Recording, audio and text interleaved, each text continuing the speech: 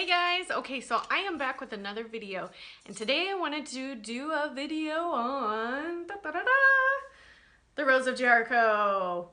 Yeah, for some reason this plant just kept popping up all over the place, and I was really hesitant because I kind of don't have a green thumb. There it is, it's out. In this last year, I think I've killed 2 lavender plants and 1 rosemary plant. It's just too hard where I live. In Arizona, when this summer comes in, it gets to like 120 degrees and it just kills everything. Unless it's a cactus. I got, you know, a cactus, I'm good. I can keep that alive. Cactuses and oleanders. You want that? I got that. But yeah, I tried to keep these plants indoors and it just doesn't work. I do not have a green thumb. I don't have the time for them or anything like that, and I'm just like, oh man.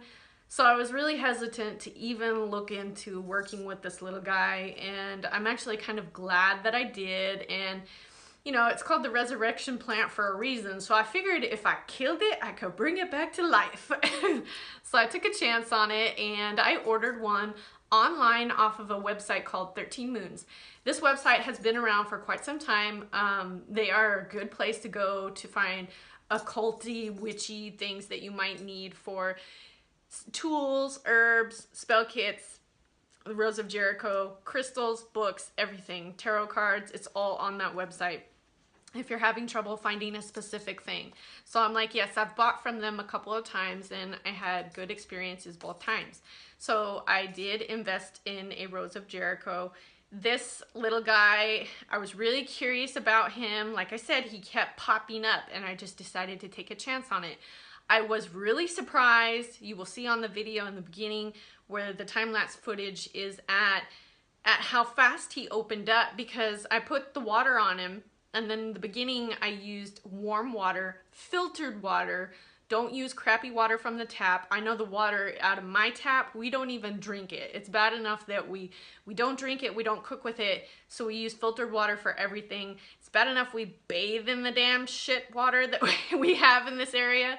But yeah, I'm like, don't give these guys crap water. It'll, you know, they will just kind of like not be happy. We want them to be happy. And I'm like, so filtered water for these guys. And then when I would recommend, when you initially go to have them bloom for you and open up, I would say try using water that's a little warmer. Because if you think about it, water, you know, like cooler water, it tends to, you know, keep it closed, but warmer is going to loosen it up and it's just going to bloom really nicely for you. So I'm like, yes, filtered water, little warmer. You'll see that in the footage when you watch the time-lapse part. I literally walked away from it for just a minute or two, and I came back and it was already starting to open, and I was like, oh dang, you know. So I set up the camera and started recording it for a good 20 minutes. That footage you're watching is for about 20 minutes. Then in the morning when I got up, I looked at it and I was just, it completely opened up and bloomed. And I'm like, as you can see, it's barely even fitting in its little bowl that I had it in. I was like, it ain't gonna open that big. Boy, was I wrong. It literally, it's huge and it's really cool. You know, I was sitting there in the camera footage, I was trying to stay out of the way, but you can kind of see my shadow coming and going because I was just fascinated with watching it, because it was just such a trip and so amazing, and just a good reminder of how beautiful the freaking earth is, you know what I mean? And the things that are on it that you just don't see all the time and you take it for granted, you know? And I'm like, I watched this thing just slowly open and it just has an old world feel to it. It's so unique and different. And I highly recommend hunting one of these down and using them in your practice. I'm like, I half expected some kind of ancient moth to come flying out of it, because it was just so, I was just like, what? It's a trip, you guys. No joke, it's a trip. So I'm like, my other tips for the Rose of Jericho, these guys like humidity. So I'm like, your kitchen, your bathroom, you know, like when you're taking showers or whatever, these will be good places to have them set up, or to kind of like do like a little mini altar kind of thing. I'm like, this is not her his or her, I'm not quite sure yet here, but this is not where I usually keep it. I am keeping it in my kitchen on the counter. I have like a little bar area right next to the kitchen sink, so when I'm washing dishes and stuff, it'll pick up on that humidity and keep it happy. The other tip I would give you is to change its water. You know, if you can't do it daily, do it every other day, because one of the biggest problems I have heard about on the internet is people complaining about it molding and getting like that white nasty mold stuff growing on it. So I would highly recommend to be vigilant on changing the water regularly. That'll probably save you a lot of frustration, because you really don't want it to get moldy on you. If it does that, you're screwed. And I'm like, when you're using it for spells, most of the time people use it for prosperity. And I'm like, that's all and good, you know. You could set it up when the moon is waning.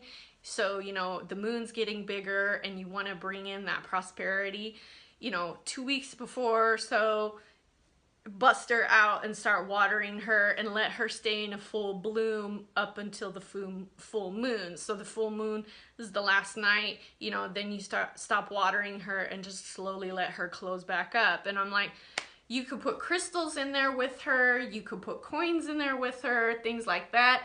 I kept it really simple because I just didn't want to like corrupt the water. I was just really worried about it. You know, like if I drop some pennies in there and you get copper in the mix, I'm like, what's that gonna do to the poor plant, you know? So I didn't really do anything like that, but I did put like a couple of $2 bills under the base of the glass and like some crystals around her as well. So I'm like, you can totally do things like that. You know, don't forget, it's not only for prosperity, bringing something in, but also, you know, when the moon is waning and you know, it's getting smaller, I'm like, you could also start to use her around that time as well. Like if there's something like, maybe you want to cut back on your expenses or something like that, and you just, or maybe you want to lose weight, you know, so you sit there and let her open up, and then, you know, the moon starts waning and just let her close for you. And then, so I also noticed that it's good to do these, which is kind of convenient for us magically inclined people, to work with these guys in 2-week increments. You know, keep her blooming for a good 2 weeks and then cut her off. You know, stop giving her water, let her dry out so she'll close back up. Give her a good 2-week break or so, or maybe even longer, before you bring her out again. That way it dries out good and completely, so mold is not an issue.